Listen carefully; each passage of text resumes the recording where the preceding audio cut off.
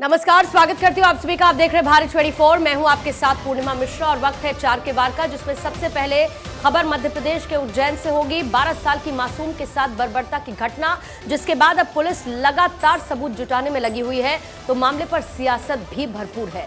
अगली खबर आपको बताएंगे मेरी सहयोगी शिखा ठाकुर। अगली खबर झारखंड से। झारखंड के पाकुड़ के एक इंग्लिश मीडियम स्कूल के छात्रावास में बच्चों के दिए गए खाने में मरी हुई छिपकली पाई गई और ये फिर मामला तूल पकड़ता चला गया।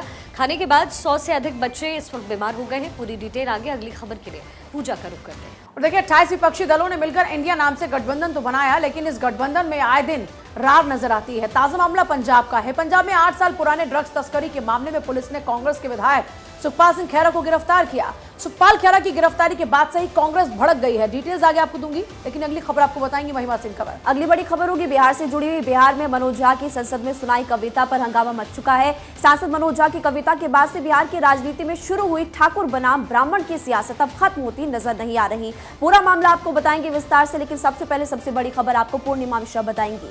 और बड़ी खबर है दानिश अली प्रकरण केस में, जिसमें स्पीकर ओम बिरला ने बड़ा कदम उठा लिया है। बड़ा फैसला और बीजेपी के 11 सांसदों की शिकायत के बाद फैसला लिया गया। लोकसभा सचिवालय समिति को इस बात का जांच का जिम्मा सौंपा गया। जल्द ही से जल्द पूरे मामले की जांच कर रिपोर्ट सौंपने के आदेश दे दिए गए हैं और ये जिम्मेदारी लोकसभा सचिवालय समिति को दी गई है। दानिश अली प्रकरण मामले में स्पीकर ओम बिरला का बड़ा फैसला।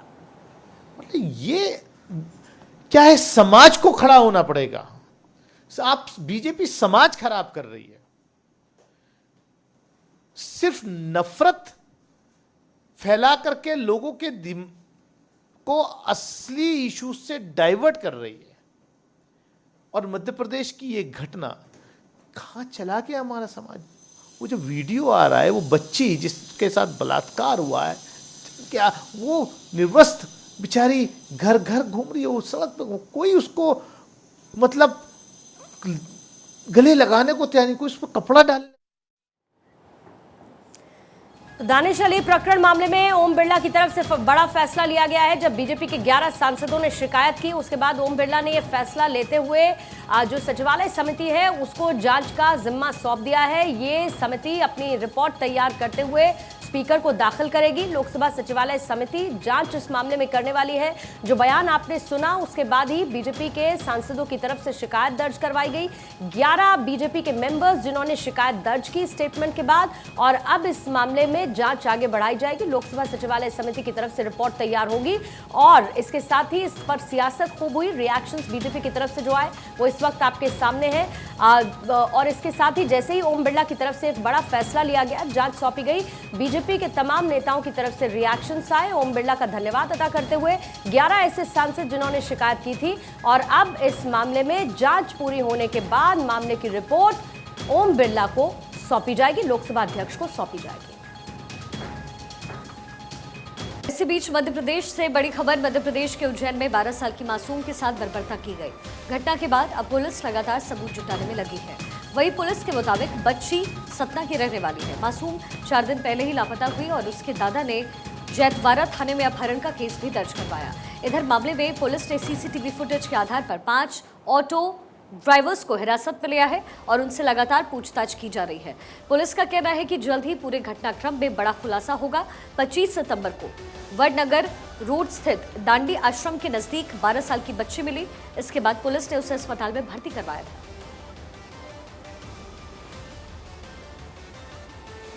प्रमुख तौर पे एक ऑटो चालक को अभिरक्षा में लिया गया।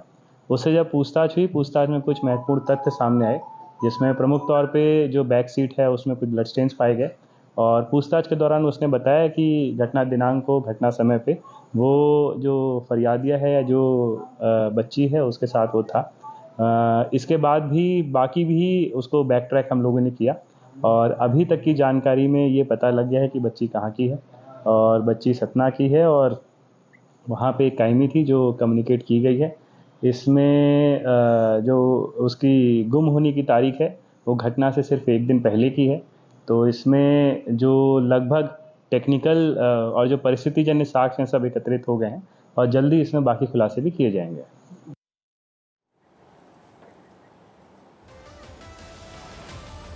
वहीं मध्य प्रदेश के गृह मंत्री नरोत्तम मिश्रा ने पीड़ित बच्ची से मुलाकात भी की है।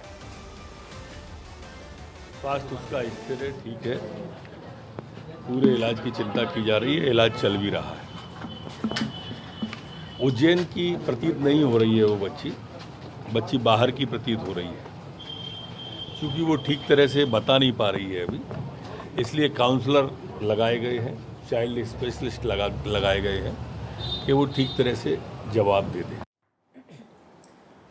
और देखिए अब इस पूरे मामले पर सियासत भी तेज हो चुकी है। राहुल गांधी का शिवराज सरकार पर हमला, बीजेपी सरकार बेटियों की रक्षा करने में अक्षम है। एमपी की बेटियों की हालत से देश शर्मसार है। राहुल गांधी, प्रियंका गांधी सभी की ओर से ट्वीट किया जा रहा है और बार बार शिवराज सरकार से सवाल पूछे जा रहे हैं कि क्या इस तरीके से आपकी सरकार में बेटियां सुरक्षित हैं? आप बेटियों के लिए कुछ नहीं कर पा रहे हैं और आप सक्षम नहीं है बेटियों को सुरक्षा देने में, क्योंकि उज्जैन में इस नाबालिग के साथ में पहले रेप, उसके बाद आप सोचिए इंसानियत का कत्ल और फिर इस पूरे मामले पर सियासत। फिलहाल ये तस्वीर है, एमपी की बेटियों की हालत से देश शर्मसार है। राहुल गांधी ने बाकायदा ट्वीट करते हुए शिवराज सरकार पर हमला बोला है, सरकार से सवाल पूछे हैं और ये उनके ट्वीट की तस्वीर भी आपकी टीवी स्क्रीन पर है। राहुल गांधी ने शिवराज सरकार से सवाल पूछा कि आप बेटियों को सुरक्षा नहीं दे पा रहे हैं, अक्षम हैं आप, सक्षम नहीं हैं आप, एमपी की बेटियों की हालत से देश शर्मसार है। इस वक्त की बड़ी खबर झारखंड के पाकुड़ जिले से है। बड़ी खबर यह है कि पाकुड़ के एक इंग्लिश मीडियम स्कूल के छात्रावास में बच्चों के लिए जो खाना दिया गया उसमें मरी हुई छिपकली मिलने का मामला सामने आया। ये खाना खाने के बाद 100 से अधिक बच्चे इस वक्त बीमार हो गए हैं। इलाज के लिए उन्हें अस्पताल में भर्ती करवा दिया गया है। जानकारी मिली है कि पाकुड़ के पाकुड़िया प्रखंड स्थित एक प्राइवेट स्कूल सिद्धू कानू मुर्मू रेसिडेंशियल इंग्लिश स्कूल के जो छात्रावास था उसमें बच्चों को परोसा गया खाना जिसमें छिपकली गिर गई थी। गनीमत ये रही कि सभी बच्चों की हालत फिलहाल खतरे से बाहर बताई जा रही है, लेकिन बच्चों का इस वक्त अस्पताल में इलाज चल रहा है। झारखंड के पाकुड़ में छात्रावास में सर्व किए गए खाने में मरी हुई छिपकली मिली, जिसके बाद कई बच्चे बीमार हो गए।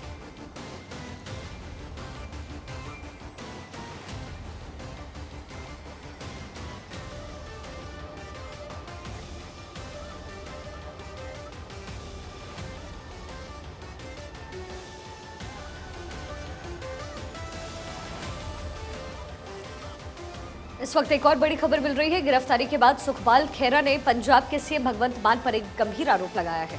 खेरा ने कहा कि भगवंत मान मेरी हत्या करवा सकते हैं, बदले की भावना से ये कार्रवाई की जा रही है। ये बड़ी बातें खेरा की तरफ से कही गई है। भगवंत मान मेरी हत्या करवा सकते हैं, बदले की भावना से कार्रवाई कर रही है मान सरकार। वही मान सरकार का रिस्पॉन्स भी इस वक्तव्य पर आया है। उनकी तरफ से कहा गया कि इस तरह के मामले में कोई रियायत नहीं बरती जाएगी। मैं इसकी निंदा करता हूं जिस प्रकार का ये पंजाब पुलिस ने ये कदम उठाया है, सरासर जंगल राज है। इसमें कोई सच्चाई नहीं है, इसमें कोई तथ्य ही नहीं है। जो तमाम एफआईआर की प्रोसीडिंग सुप्रीम कोर्ट ने स्टे कर दी हो, क्वैश कर दी हो, जिसमें नोटिस रिगार्डिंग स्टे हो गया हो ईडी को, उसमें केस में है क्या? जो 8 साल पुराना केस है यार, उसमें कुछ नहीं है। सुखपाल सिंह खैरा कोई गलत काम हो सकता कर रहे हो या कुछ किया हो, लेकिन सुखपाल सिंह खैरा नशा नहीं बेचता है। ਅੱਜ ਪੰਜਾਬ ਪੁਲਿਸ ਜਿਹੜੀ ਮਸ਼ਹੂਰ ਹੈ ਦੁਨੀਆ ਭਰ 'ਚ ਜ਼ਿਆਦਤੀਆਂ ਕਰਨ ਵਾਸਤੇ, ਆਪਣੇ ਇਨਹਿਊਮਨ ਟ੍ਰੀਟਮੈਂਟ ਵਾਸਤੇ, ਹਿਊਮਨ ਰਾਈਟਸ ਵਾਇਲੇਸ਼ਨਸ ਵਾਸਤੇ, ਅੱਜ ਉਹਨਾਂ ਨੇ ਫਿਰ ਉਹੀ ਰੰਗ ਆਪਣਾ ਵਿਖਾਇਆ ਜੋ ਹਰ ਰੋਜ਼ ਪੰਜਾਬੀ ਵੱਖ-ਵੱਖ ਜ਼ਿਲ੍ਹਿਆਂ ਦੇ ਵਿੱਚ ਵੱਖ-ਵੱਖ ਸ਼ਹਿਰਾਂ ਦੇ ਵਿੱਚ ਵੇਖਦੇ। कानून अपना रास्ता लेगा। बहुत फेमस रहा है कि सुखपाल खेरा जी नशे के कारोबार के अंदर संलग्न रहे हैं, परंतु सरकारों का कहीं ना कहीं संरक्षण उनको मिलता रहा।